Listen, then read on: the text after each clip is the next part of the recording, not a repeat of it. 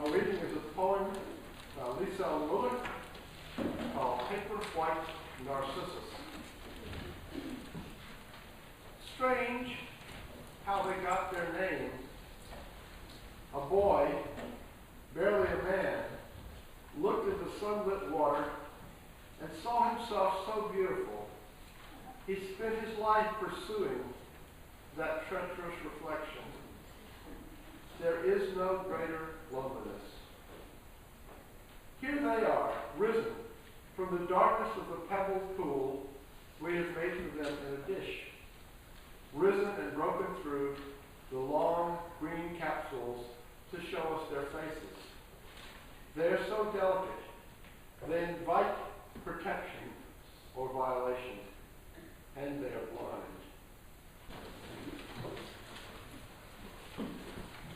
Loving yourself. This sermon arose in a conversation I was having with a friend who was a massage therapist and a yoga teacher. I said I had had a hard time making time to care for myself, to exercise or do yoga or get a massage because I felt guilty. I felt that I should be spending my time helping others, working with others to build community or build this church, or improving my own skill. Her reply was very simple. Loving yourself is the foundation for loving anyone else. This had the ring of simple truth, but I was bothered by my reluctance to accept it right out. I've done some reflection on it, and I want to share those reflections with you because I think we all struggle with this legacy of culture and religion. I think we all find it hard to love ourselves, and part of it has to do with how we were brought up. Start with the Jewish traditions. In the Hebrew Bible, the most important person to love was God. The first commandment bade Jews to love God with all their heart, their soul, and their might. God made covenants with the Jews. And when bad things happened to the Jewish people, the prophets were always reminding them it was because they forgot the covenant. At one point during the Exodus, you may remember that the Israelites forgot God while Moses was up on the mountain talking to God. And they started worshiping golden calves. God called the Israelites a stiff-necked people for forgetting him so quickly. This was the beginning of the idea of pride as a sin. And this is one way self-love has been denigrated over the years. If we love ourselves too much, we're not loving God enough.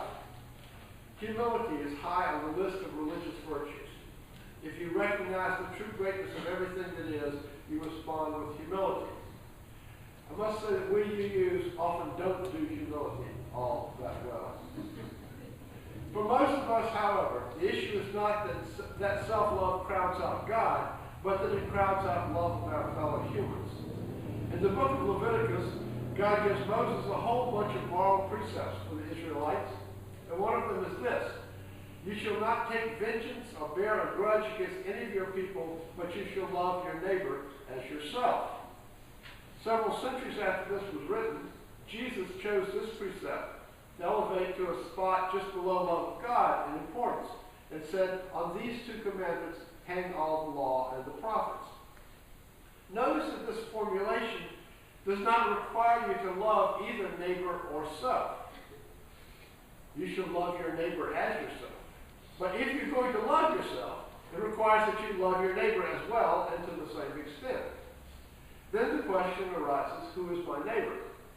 In the Leviticus passage I quoted just now, neighbor appears to mean your fellow Israelite, though elsewhere in the same chapter it is commanded to extend the same treatment to resident aliens living among you. Jesus expanded this scope famously in the parable of the Good Samaritan. The poor victim is robbed and left for dead. Presumably he is Jewish, and thus he is a member of the tribe of Israel. The priest and the Levite encounter him on the road and pass by on the other side. You would expect the tribal instincts of the priest and the Levite to impel these people to come to his aid, but no. Only the Samaritan, the person who was despised by the Jews, actually acts as a neighbor, actually goes out of his way to help. We made a big deal 2 weeks ago when the New York Yankees played Sweet Caroline in their stadium, you know, because it embraced all that is Boston. You get a little bit of an idea of that, how the Good Samaritan story must have played with this Jewish audience who thought of the Samaritans as their sworn enemies. To love one's neighbor as oneself is an attitude of altruism. To love one's enemy as oneself is well nigh impossible. Theologians Rebecca Parker and Rita Nakashima Brock, in their book Proverbs of Ashes, trace how Christianity went beyond the command to love one's neighbor as oneself to the position that suffering was noble and redemptive. After all, Orthodox Christianity holds up as the supreme example of love, God's willingness to sacrifice his only Son on the cross to save humanity. Self-sacrifice, self-abnegation came to be realized as the supreme good. This led to an attack on self-love. Pride, a form of self-love, was seen as bad in itself. In Canto 11 of Dante's Purgatorio, the poet encounters various proud figures from then recent times in Italy, and each one is weighted down by a stone on the back of his neck, so that his face has to perpetually look down, because in life these proud people carry their heads so high. Pride was one of the 7 deadly sins. Thomas Aquinas considered it the most grievous of sins. For both Aquinas and Dante, the essence of the sin was the estimation of oneself that one was like God, an absence of humility. The Tower of Babel, which adorns this week's Order of Service cover, in a painting by Bruegel, was considered by Dante to be an example of human pride, the very idea of humans building a power to get to the heaven. In later centuries, the concern was with vanity. Vanity is pride exercised in the field of one's self-appearance, but it can also be any type of self-concern. A song from a few decades ago sums it up well. You're so vain, you probably think this song is about you. Many years ago, Jacqueline contributed some music to Ken Burns' film about Frank Lloyd Wright. And we got a publicity poster for the film, which used to hang in our dining room. It shows a flinty man looking straight into the camera, and beneath the picture, a quote from Wright. Quote, at an early age, I had to choose between a hypocritical humility and an honest arrogance. I chose the latter. Pride and vanity as concepts have been around for centuries, but in the last 30 years or so, they've sort of been upstaged by another derogatory term for self-love, narcissism. Narcissism was used in psychology in the late 19th century, and Sigmund Freud wrote a paper on it in 1914. It refers back to the ancient Greek legend of the boy who fell in love with his own reflection. In Ovid's telling, he is so enamored of his image that he cannot hear Echo, the woman who loves him. We call the flower that grows by the water Narcissus in honor of him. The term narcissist is bandied about quite a bit in contemporary pop psychology. But the Bible of modern psychology, the Diagnostic and Statistical Manual, 4th edition, defines narcissistic personality disorder with these specific criteria. There's 7 of them. 1, an exaggerated sense of self-importance. For example, exaggerates achievements and talents, expects to be recognized as superior without commensurate achievements. 2, preoccupation with fantasies of unlimited success, power, brilliance, beauty, or ideal love. 3, believes he is special and can only be understood by or should associate with other special or high-status people or institutions. 4, requires excessive admiration. 5, has a sense of entitlement. 6, selfishly takes advantage of others to achieve his own ends. And 7, lacks empathy. And that's one that's common both to the narcissistic personality and to the psychopath. According to the manual, less than 1% of the population actually has this personality disorder full-blown. But many of us have some of these traits from time to time, and I know that I do. But notice how many of the traits use a fudge word like excessive or undue. I think a certain craving for admiration of others is widespread among us, maybe universal. And it's only a matter of degree that separates the pathological narcissist from the rest of us. I understand that the people drafting the update of the Diagnostic and Statistical Manual considered leaving out narcissistic personality disorder because the set of traits was too widespread in our culture. This may say something about our culture, or it may say something about how useful the category is in the actual practice of the therapist. I ran into the issue of narcissism the other day when I posted something on Facebook. There was a color picture of what I think of as the old Sunday school style. It depicted a rural scene with lots of grass and trees, and there was Jesus and the disciples. And as always in those scenes, the landscape doesn't look anything like Palestine, and the people don't look anything like Eastern Mediterranean coast. But what caught my eye was that instead of preaching or teaching the disciples, Jesus was playing the banjo for them. Well, if you know anything about me, you know I just had to repost it. And I wrote my own caption for it, a quote from our popular hymn, "This little light of mine, I'm going to let it shine." Many people thought it was funny, but one member of this congregation raised in an offhand way the question of whether my posting it was narcissistic. I saw a logic in this. I played the banjo while I'm ministering to the flock here, as I just did.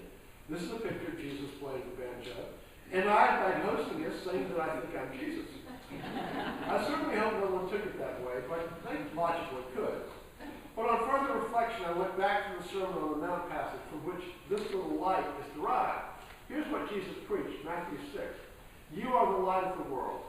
A city built on a hill cannot be hid. No one, after lighting a lamp, puts it under the bushel basket, but on the lampstand, and it gives light to all in the house. In the same way, let your light shine before others, so that they may see your good works and give glory to your Father in heaven." To me, what this says is that modesty and self-negation is not always a good thing. There are times when we're called to let our light shine before others. We are all children of the light. We watched last week, as speaking his outreach, let their child light shine before others, and it enriched all of us who were here singing. There's nothing wrong with love of self as such. Many mental health professionals even believe a little narcissism can be healthy. What is bad is a self-love that cuts off empathy and cuts off a regard for the other. And we have all known people who seem to live in their own hall of mirrors. They will sit down at the table and tell you what they are dealing with in their lives for 2 hours and not ask you anything about yours. Some writers on the subject point out that the self the narcissist admires is not the true self, but the self he or she imagines. It is grandiose. It is the greatest thing since sliced bread. All things that the narcissist deems worthy have also got to be top drawer. One of you told me about a family member who had this condition, who read in a big city paper about a therapist who specialized in narcissistic personality disorders. This family member called the next day to get an appointment with this doctor, but was told that because of the volume of calls after the article, the doctor decided to quit taking new patients. The reception offered him an appointment with the doctor's assistant, but of course the man refused. Nothing but the top guy was going to do for him. The real narcissist, I repeat, does not love him or herself, but an idea of him or herself that might be far from any reality. The narcissist then tries to make his or her social reality conform to that image. It is a recipe for unhappiness and from alienation from society because people are rarely willing to cooperate in building or sustaining illusions for others. On the other hand, a person filled with self-loathing will also find a hard time in society. Most of us, I suspect, have some spasms of self-loathing when our critical faculties are turned inward. Somehow my critical faculty seems to get active about 3 in the morning. I am judge, jury, and executioner and can have my soul sliced, diced, and hung out to dry before the morning light. Between the extremes of self-grandiosity and self-abnegation, it seems to me there is room for a healthy medium. A love and acceptance of ourselves that recognizes each of us is a human among humans. Each of us is neither a legendary immortal nor a lowly worm. We are a man, a woman, part of the interconnected web of all existence, interconnected to the other humans and to the stars, mountains, oceans, hawks, and herrings. Speaking of herrings, I went by the Stony Brook Herring Run in Brewster this week and watched in amazement the teeming swarms of fish in each pool of that ladder. And I watched them swim from the lower pool directly up a cascading stream of water into the upper pool. I thought to myself, this being a herring is not for the faint of heart. I don't know whether herring love themselves, but they've got to have a lot of moxie or they won't make it. And I saw several who were unlucky enough to get picked off by the waiting seagulls and swallowed whole. The point is, you have to have some vital force inside you that drives you. Yes, there is narcissism in our culture. In our time, there's some narcissism in me. And I expect if you look for it, some of you could find some in yourselves. The internet, and especially social media, trades in narcissism to some extent. It encourages us to stand on the riverbank and show off, to crow. I try to restrain myself, to ask whether anyone is really interested in the delicious meal I'm about to eat or what I saw on my walk this morning before I post. But a healthy self-love, it seems to me, really is the foundation for all of the love. In self-love, you are both the subject and the object of affection. As the lover, you learn to open your heart to regard the object of your love with all your faults, and as you are, but still accepting and finding yourself worthy.